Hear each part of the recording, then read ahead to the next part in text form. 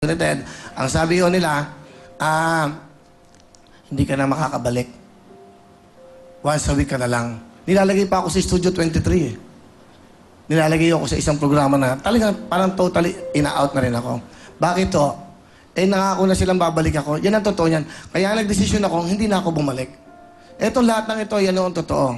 Tapos eto, nangyari na naman to. Sino ba ang gumagawa nito pag sa paninira ko? Meron po kaming kaso pa eh. Hindi kami makuha na ng TRO.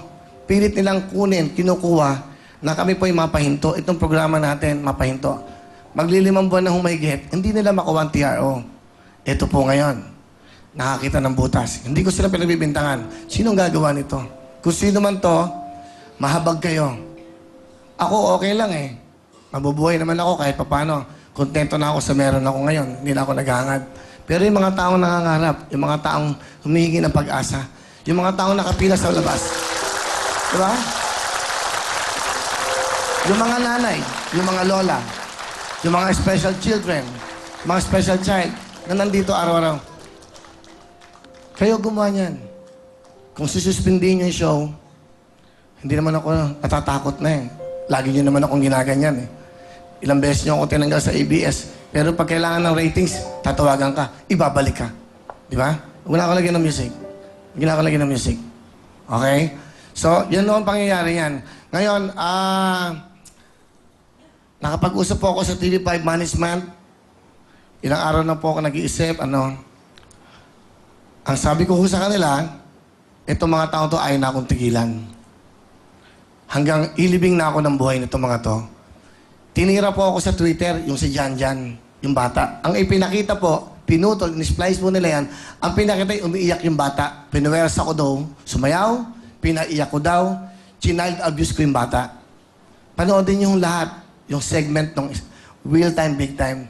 Kung paano, hindi ko nga alam yun ang sasayo ng bata. Pinaglaruan ko daw. Wala ho, may isa dito sa loob ng studio na nakaisip na may mali siya sa batang yon. Nakadamit yung bata, nakaayos yung bata, sumasayaw ng ganon. 4 years old pa lang ko si Janjan, yun ang sinasayaw sa kanyang mga eskwelahan. Sa mga pa-contest, yun na po ang sayaw ng bata. Ngayon, alam niyo ang ginawa ng DSWD. Kinasuhan na kagad ako, inakusahan na kagad ako na child abuser ako. Anong ginawa ng CHR, Human Rights? Inasgahan na kagad ako na in-exploit ko yung bata, child abuse ko. Lahat po dito, inakusahan na ako. Sa dyaryo, lahat. Dinodrawingan pa ako ng monster. Lahat. Kung mababasa niyo yan, lahat. Hindi ko na binabasa. Kinukwento na lang sa akin yan. Lahat to, ganun ang ginawa sa akin. Lahat po yan, ng mga taong yan. Ito yung mga mayaman. Hindi naman ako naapektuhan eh. Dahil ang puso ko wala sa kanila. Nasa mga mahirap. Nasa mga tao yan.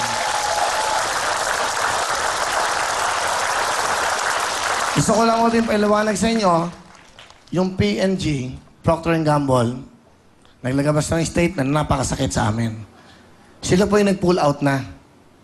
Yung inasal, nag-pull out na rin. Dahil may statement sila na ayaw nilang, katulad ng PNG, yung Procter & Gamble po, yung mga yan, napakasakit po ng ginawa nila sa amin. Medyo masyadong personal na ayaw nila maglagay sa isang programang ganon. Yung behavior ay hindi maganda. Wala po kaming kasalanan. Wala akong kasalanan. Humingi na ako ng paumanin sa inyo na kung meron na-offend, humingi. Pero hindi ako humingi ng tawad kasi wala po akong ginawang masama sa batang yon. Hindi ko minilesa yung batang yon.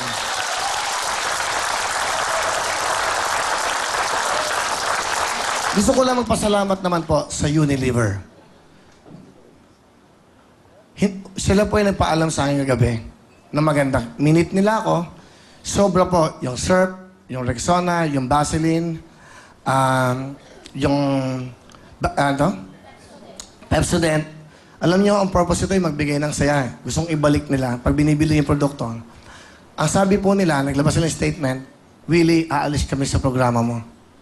Pero aalis kami sa lahat ng channel. In fairness sa'yo.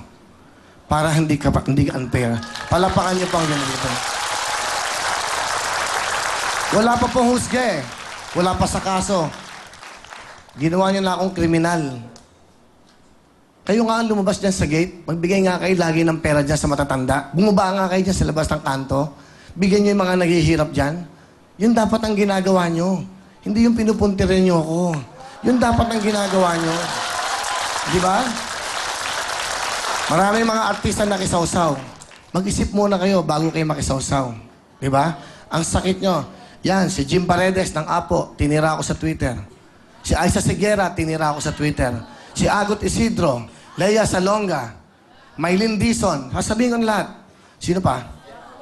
Bianca Gonzalez ng SNN. Susuportahan niyo ba yung mga taong yan? Anong nagawa niyo? Anong nagawa niyo sa samayan ng Pilipino? Sino pa? Si Tuesday, nakasama ko dito, tinira rin ako. Hindi ko maintindihan, tiga rito ka, tinira mo ako. Kay Brosas, sino pa? Lea Navarro, okay. Sino pa? Kapwa tayo artista, nakagawa ba kayo ng tulong? Nagbigay ba kayo sa Bantay Bata ng 1 milyon? Nagbigay ba kayo? Hindi, eto.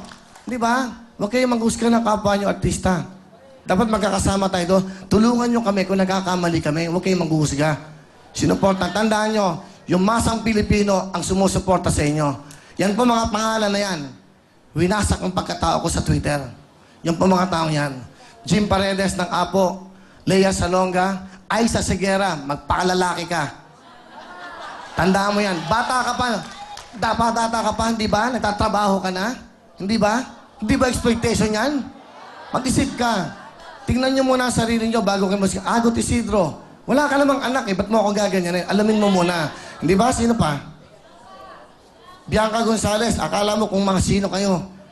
Minatulungan ba kayo mga mahihirap? Di ba? Kaya ako lang kung sinasabi to, nagtitimpi ako, ayokong itong sabihin. Ayokong banggitin na pangalan. Pero sa Twitter, yan ang ginagawa nila. Wasakin ako.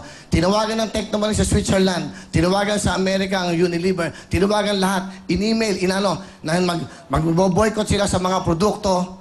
Pag ako daw po, ay sinuportahan nila. Boycottin nyo. Eto nga mga taong sumusuporta na to, ibinabalik lang ng mga sponsors. Sino ba ang consumer? Sino ba ang namimili? Kayo ang bida rito, hindi ang mga sponsors. Kayo. Dahil kung hindi kayo bibili ng mga sponsor na to, kung hindi kayo bibili ng mga produktong to, wala. Walang kita ang mga lahat ng ito. Sinasabi ko sa inyo lahat yan. Ako po, hindi ako tumutulong na nasa harapan nyo lang. Marami din akong ginagawa, pero hindi ko na kailangan sabihin to.